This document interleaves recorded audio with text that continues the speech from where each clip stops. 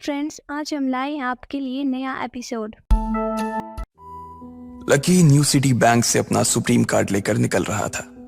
असल में उसे क्लास में जाने में देर हो रही थी, इसलिए वो बिना यास्मीन से कुछ कहे या उसे सबक सिखाए वहां से निकल गया था। लकी दिल्ली यूनिवर्सिटी के ही एक कॉलेज में पढ़ता था। जैसे ही वो कॉलेज के अंदर दाखिल हुआ, उसके पैर एक कीचड़ से भरे गड्ढे में पड़ गए। ओह शिट, उसने अपने आप से कहा और अपने जूतों को पास की सड़क पर साफ करने लगा। वो कॉलेज एडमिनिस्ट्रेशन के दफ्तर की ओर देखकर उसे कोस रहा था। कॉलेज की सड़कों पर इतने सारे गड्ढे हो गए थे, लेकिन वो लोग एक भी गड्ढा नहीं भरवा रहे थे। जब भी लकी इस चीज की कंप्लेन करने के लिए वहां जाता, तो वो इसे ये कह देते कि फंड ही नहीं है। उसने जैसे तैसे अपना जूता तो साफ कर लिया था, लेकिन वो अपनी पैंट पर लगे कीचड़ के दाग को साफ नहीं कर पाया था। वो बाथरूम की ओर जा पाता, इतने में क्लास की घंटी बज गई। वो भागते हुए क्लास में पहुंचा। उसने दरवाजे के बाहर से ही देखा कि प्रोफेसर कमलनाथ मिश्रा पोडियम पर आ गए थे और उन्होंने आज के लेक्चर की शुरुआत भी कर दी थी। जैसे ही उनकी नजर बाहर खड़े लकी पर पड़ी, तो उनकी आंखें निराशा से भर आई। इधर लकी का सिर भी शर्म से झुक गया था और उसे अंदर ही अंदर बुरा लग रहा था। कॉलेज में जितने भी प्रोफेसर थे, उनमें से कमलनाथ जी को लकी सबसे ज्यादा पसंद करता था। बाकी प्रोफेसर ये बात जानते थे कि लकी पढ़ाई के साथ साथ जॉब भी करता था, इसलिए उसका पढ़ाई में ध्यान नहीं था। इसलिए वो भी लकी के ऊपर ज्यादा ध्यान नहीं देते थे।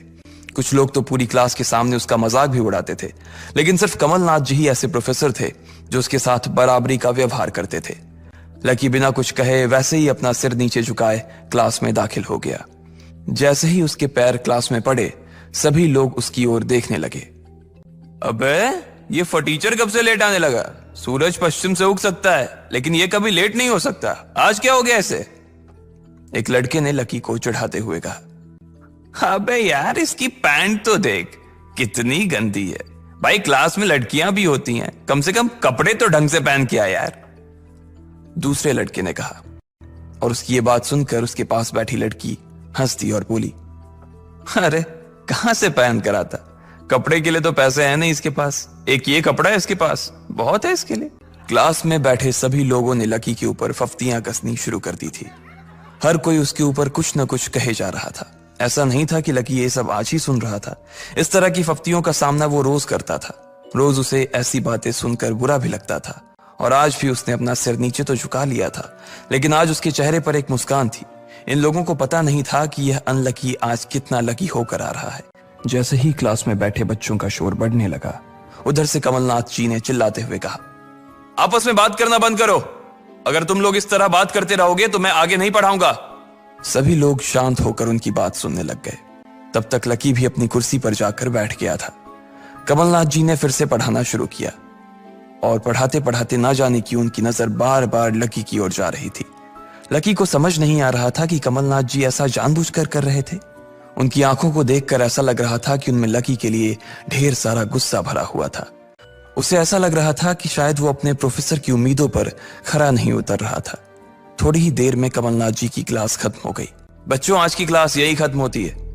कल आप सबको क्या काम करके लाना है वो मैंने यहां लिख दिया है। कल मिलते हैं आप सबसे, कमलनाथ जी ने कहा और क्लास के बाहर चले गए। जैसे ही वो बाहर गए, पीछे वाले दरवाजे से किसी की आवाज आई, डिंपल।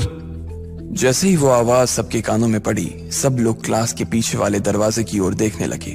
वहां कोई और नहीं बल्कि डिंपल का नया बॉयफ्रेंड राहुल खड़ा था। ये लोग राहुल को अच्छी तरह से जानते थे। राहुल ने दरवाजे से झांक कर देखा तो वहां कोई नहीं था। वो धीरे धीरे कमरे में दाखिल हुआ और सीधा डिंपल के पास चला गया। डिंपल खिड़की के पास बैठी हुई थी।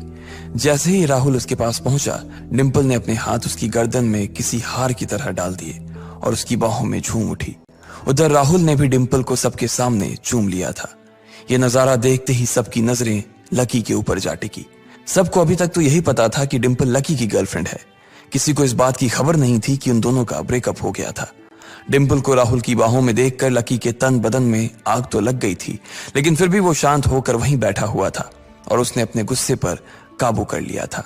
अरे भाई लकी, क्या हो रहा है ये सब? डिंपल राहुल के साथ कैसे? उसके एक दोस्त ने आकर लकी से कहा। होने देना यार, जो हो रहा है छोड़ना, लकी ने कहा। उसका इस बारे में किसी से बात करने का कोई मन नहीं हो रहा था। अरे भाई, तुझे पता है वो राहुल कितना चालू आदमी है? अभी तक इस कॉलेज की 5 लड़कियों को फंसा चुका है। और ये डिंपल छठी है, लकी के दोस्त प्रीतम ने उससे कहा। उसकी ये बात सुनते ही लकी ने प्रीतम को घूर कर देखा। प्रीतम को लगा कि लकी को उसकी बात का बुरा लगा था, लेकिन अगले ही पल वो उसे देखकर मुस्कुराया और बोला, कोई बात नहीं भाई, सबकी अपनी अपनी लाइफ है। ये कहकर लकी डिंपल की ओर देखने लगा, जो कि राहुल की बाहों में इतरा रही थी। वो जानती नहीं थी कि लकी चाहता तो यहीं खड़े खड़े राहुल और उसके पिता को उनके कारोबार समेत खरीद सकता था। उधर जैसे ही राहुल और डिंपल की नजर भी लकी पर पड़ी तो वो जानबूझकर उसे छेड़ने के लिए उसके सामने से गुजरने लगे। अच्छा लकी, सुनना जरा। अचानक से डिंपल लकी के सामने रुकी और बोली। उसने अभी भी राहुल की कमर में अपना एक हाथ डाल रखा था। फिर उसने अपने दूसरे हाथ से अपना मोबाइल निकाला और उसका कवर खोलकर लकी के मुंह पर फेंक दिया और बोली, अब क्योंकि मैं तुम्हारे साथ नहीं हूं इसलिए मुझे तुम्हारे इस बेकार से कवर की कोई जरूरत नहीं, इसे तुम अपने पास रख सकते हो। लकी ने उससे कुछ नहीं कहा और नीचे गिरा वो कवर उठाकर अपनी टेबल पर रख दिया। बेबी, इसने तुम्हें कवर गिफ्ट किया? कवर कौन गिफ्ट में देता है भाई? राहुल ने उसके सामने ही डिंपल से कहा। राहुल लकी को नीचा दिखाने का एक भी मौका अपने हाथ से जाने नहीं देना चाहता था। लकी अंदर ही अंदर मुस्कुरा रहा था। डिंपल ने राहुल की ओर देखा और बोली, बेबी, बात यह है कि जिसकी मोबाइल खरीदकर गिफ्ट करने की औकात नहीं होगी वो सिर्फ कवर ही तो गिफ्ट कर सकता है ना, और क्या। कोई बात नहीं बेबी, मैं आज ही तुम्हें एक नया फोन दिलवाता हूं। आ जाओ, चलते हैं कनॉट प्लेस और वहां से लाते हैं बेबी के लिए एक नया फोन, राहुल ने कहा। लकी का मन तो यही कर रहा था कि वो जोर से राहुल के ऊपर हंसे, लेकिन उसने अपनी हंसी को रोक लिया था। हाँ बेबी, हमने एक पहले नया फोन खरीदेंगे और फिर उस फोन की पार्टी भी करेंगे, और उसके बाद आज, डिंपल ने कहा और राहुल के चेहरे पर उंगलियां फिराने लगी। राहुल भी और लकी भी उसके इशारे को समझ गए थे। लकी जानता था कि ये सब सिर्फ उसे चिढ़ाने के लिए वो कर रही थी, लेकिन लकी को खुद के लिए नहीं बल्कि डिंपल के लिए बुरा लग रहा था। वो मन ही मन ये सोच रहा था कि अगर डिंपल बस थोड़ा सा और इंतजार कर लेती तो आज लकी उसके लिए फोन की पूरी दुकान खरीद कर रख देता। भाई, ये सब क्या हो रहा है? तेरे सामने ये सब हो रहा है और तू बस मुस्कुराया जा रहा है, गुस्सा नहीं आ रहा तुझे? प्रीतम ने लकी से पूछा। नहीं यार, जो हो रहा है अच्छा ही हो रहा है, जो होता है वो भी अच्छे के लिए होता है, इसलिए चिल यार, छोड़, लकी ने कहा और फिर राहुल और डिंपल की ओर देखने लगा। अब उन दोनों की नजर लकी के मुस्कुराते हुए चेहरे पर पड़ी तो वो अंदर से भवक गए।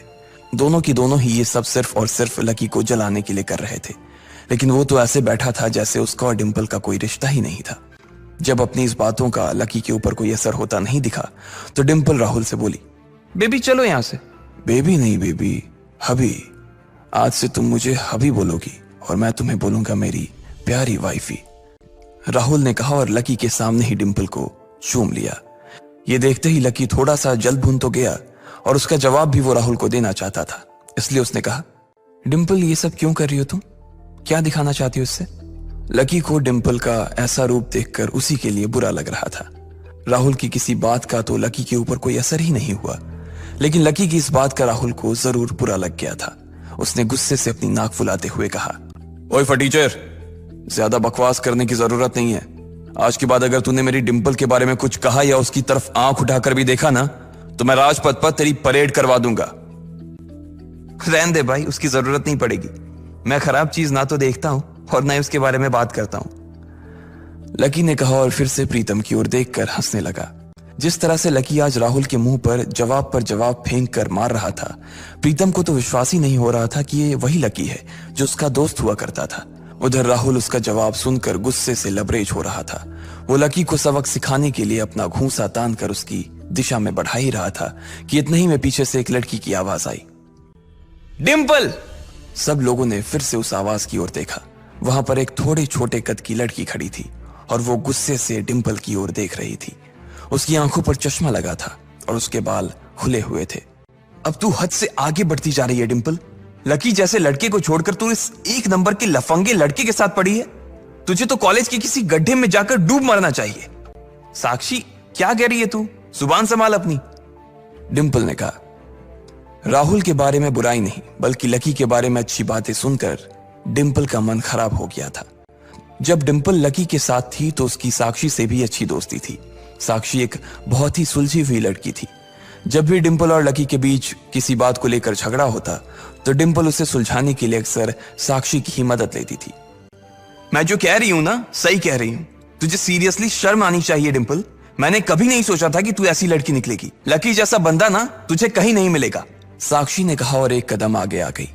इधर लकी ने देखा कि साक्षी की बात सुनते ही राहुल के कान खड़े हो गए थे, लेकिन वो सच बोल रही थी, इसलिए राहुल भी कुछ नहीं कर सकता था। साक्षी लकी के पास आकर खड़ी हुई और बोली, तू इतनी जल्दी कैसे भूल गई यार? लकी तेरे लिए हर टफ टाइम में खड़ा रहा था। जब भी तू बीमार होती थी और तेरे खड़े होने की भी हालत नहीं होती थी तो बेचारा तेरे लिए खाना बनाता था, तेरे कपड़े धोता था और तो और तेरे लिए दवाई तक लेके आता था। तुझे याद है ना जब हम हिमाचल घूमने गए थे और तेरे पैर में मोच आ गई थी तो ये बेचारा अपनी नौकरी छोड़कर भागा भागा रात में हमारे पास आ गया था। इतना प्यार किया इसने तुझसे और तू इसे छोड़कर जा रही है, साक्षी ने कहा। अपने लिए साक्षी के मुंह से इतना सब कुछ सुन लेने के बाद लकी ने अपनी गर्दन नीचे झुका ली थी। उसे डिंपल के साथ बिताए वो सारे लम्हे याद आ रहे थे। वो डिंपल के ऊपर जान छिड़कता था। उसका बस चलता तो वो डिंपल को अपनी हथेलियों पर लेकर घूमता। भले ही उस वक्त उसके पास पैसे नहीं थे, लेकिन वो फिर भी डिंपल की छोटी सी छोटी डिमांड को पूरा करने के लिए अपनी जान लगा देता था। जो कवर डिंपल ने उसके मुंह पर फेंक कर मारा था, वो कवर को खरीदने के लिए लकी ने 3 दिन तक ओवर टाइम किया था। लकी को जैसे ही ये सब याद आया, उसकी पलकों की कोरे भींग गई थी। इधर साक्षी की बात पूरी नहीं हुई थी। उसने आगे कहा, अरे ये लकी अपनी छोटी सी सैलरी में से भी रोज तेरे गोलगप्पे के लिए पैसे निकाल लेता था। तुझे नहीं पता है, मुझे पता है कि आज भी एक बाइक खरीदने के लिए बंदा तेरे लिए पैसे जुटा रहा था। रोज दाल और रोटी खा रहा है सिर्फ इसलिए ताकि तुझे बाइक पर घुमा सके, और तू ऐसे आदमी को नीचा दिखाने की कोशिश कर रही है। ये सब सुनकर डिंपल का चेहरा ही बुझ गया था। उसे भी साक्षी की कही बातें दिल पर लग रही थी, लेकिन इस वक्त वो राहुल के साथ थी और उसका हाथ राहुल की कमर में था। वो चाह कर भी राहुल के खिलाफ ना तो कुछ बोल सकती थी और ना ही कुछ सुन सकती थी, इसलिए उसने अपने बचाव में कहा, हाँ तो ये तो इसका प्रॉब्लम है ना। मैंने इससे पहले ही कहा था कि ये मेरा प्यार अफोर्ड नहीं कर पाएगा, तो फिर ये मेरे साथ इतना आगे क्यों बढ़ा? आज अगर मैं चीज सैंडविच खा सकती हूँ तो फिर मैं बिना घी वाली रोटी क्यों खाऊं? लकी डिंपल की ये बात सब सुन रहा था और उससे पहले कि वो कुछ जवाब देता, अचानक ही उसका फोन बज उठा। उसने मोबाइल निकाल कर देखा तो पाया कि किसी अनजान नंबर से उसे फोन आया था। साक्षी और डिंपल के बीच हो रही बहस के बीच ही लकी फोन उठाने के लिए वहां से निकल गया। देखा कितनी बदतमीजी से उठ के चला गया, चलो अभी। डिंपल ने राहुल के हाथ को कसकर पकड़ा और निकल गई। इधर फोन पर लकी कुछ बोलता उससे पहले ही दूसरी तरफ से आवाज आई, बहुत हो गया लक्ष्मण, अब बस घर आ जा जल्दी से। यह आवाज सुनते ही लकी एक पल में उसे पहचान गया था। उसके दिमाग से डिंपल के सारे ख्यालात चले गए थे और सिर्फ उस आवाज को सुनकर ही उसकी आंखें भीग आई थी। आखिर किसकी थी वो आवाज? किसका फोन आया था लकी को जो उसका घर पर इंतजार कर रहा था? क्यों आखिर लकी की आंखें भीग आई थी?